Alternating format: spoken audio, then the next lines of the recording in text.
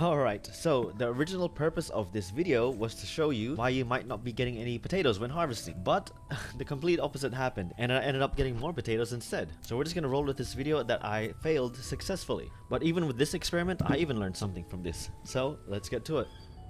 So for this experiment, I bought some new certified seed potatoes. These are called Mayflower. I've never grown this variety before, so it'll be an interesting harvest. So for this, I'll be using 3 pots. We'll top it up with some new soil and compost. So for the feed, we're going to go for a balanced fertilizer, except for one pot, we're going to add some extra nitrogen. Mix it all in. And we're going to be planting 2 seed potatoes per pot.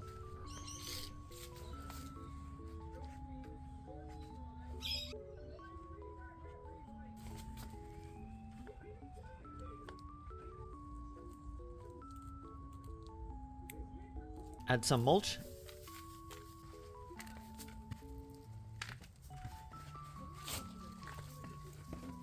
And give it a good water.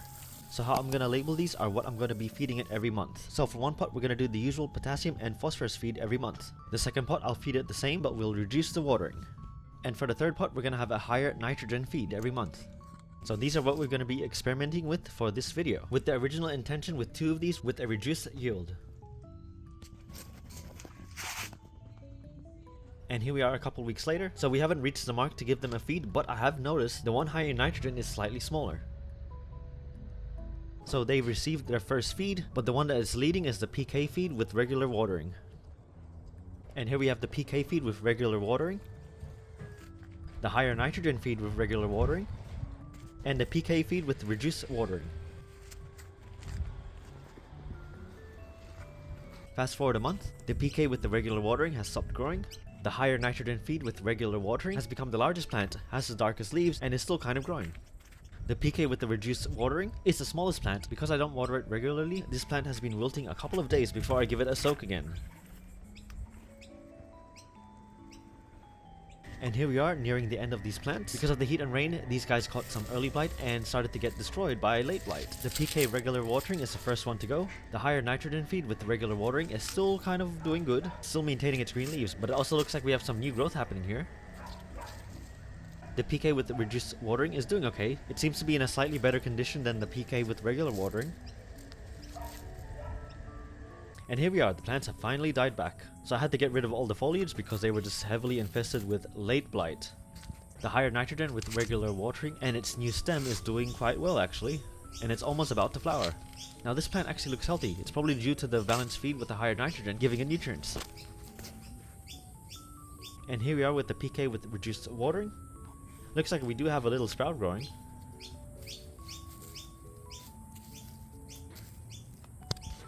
Anyway, let's get to the harvest. So the first reveal is going to be the PK with regular watering. So originally this was intended to have the best yield out of all the 3 plants.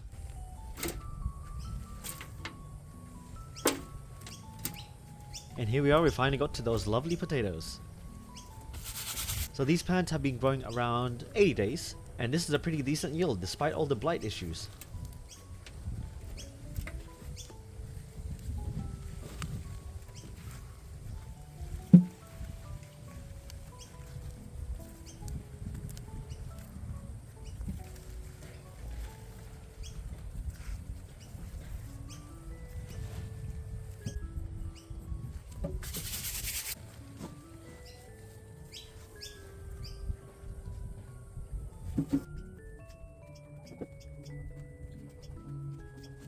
So with the monthly potassium and phosphorus feed with the regular watering, this is the result. I got a total of 2 kilos from 2 plants, which is generally the average you should get. Now it's time for the higher nitrogen feed with the regular watering. Now generally pushing in nitrogen feed for a storage type of plant, you should get a smaller yield, but I guess because the feed still included potassium and phosphorus, just with the much higher nitrogen level, the plant still had everything it needed to pack on some size on those tubers. So this ended up as a surprise. A really good surprise actually. I was just really impressed with the sizes of these tubers. If I were to do this again, I think next time I'll just do nitrogen only and see how it goes from there. But anyway, let's continue on with the harvest.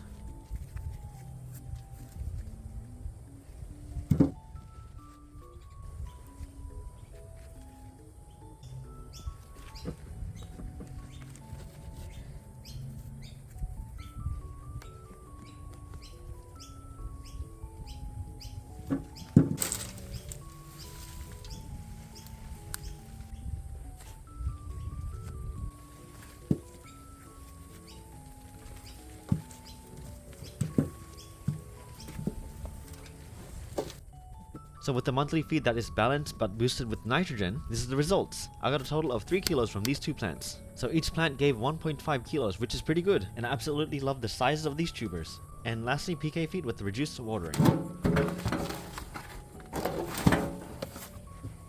So I did let this wilt for a couple of days before I watered it. I was expecting an insignificant yield, but regardless, it looks like we got some partly decent sized tubers.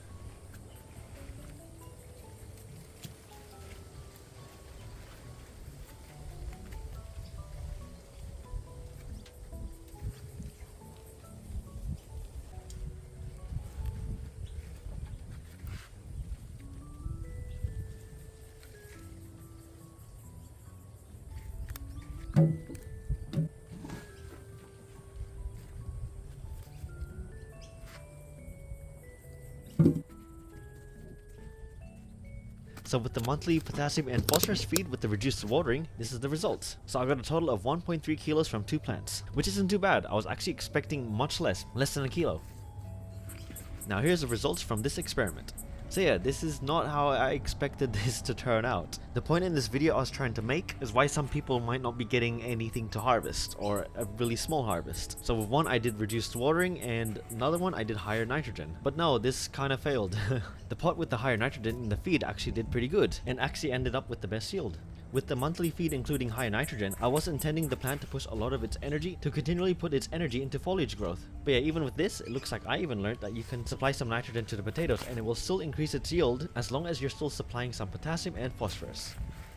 The pot with the potassium and phosphorus feed but with a reduced watering still performed pretty okay, but I was expecting a much smaller yield due to the amount of days I left it wilting. It might have been the deep watering that kinda saved it. 1.3 kilos from 2 plants is still relatively low, but the intention was to get much lower, less than a kilo, maybe even 500 grams. So I guess the point in this video why your yield might be very small or you might not get anything is completely scrapped. So I guess just use this video to help increase your yield. You can get a great yield even with a high nitrogen feed as long as you're still supplying potassium and phosphorus.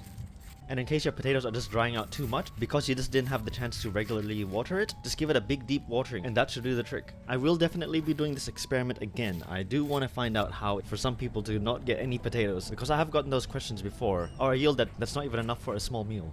But I think the key note to take from this video is water regularly. Because these were growing in summer, I watered these every 2 days, and as long as there's potassium. So I guess those are the 2 key things you can take out of this video. Anyways, thanks for watching. If you want to see more of these type of videos, don't forget to like and subscribe.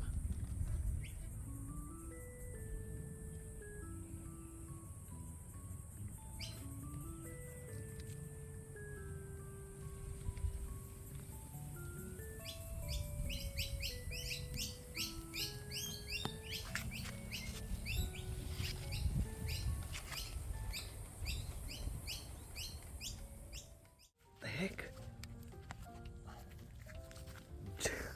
Oh my god. Bruh, what is this? It's sprouting? Oh, it is sprouting.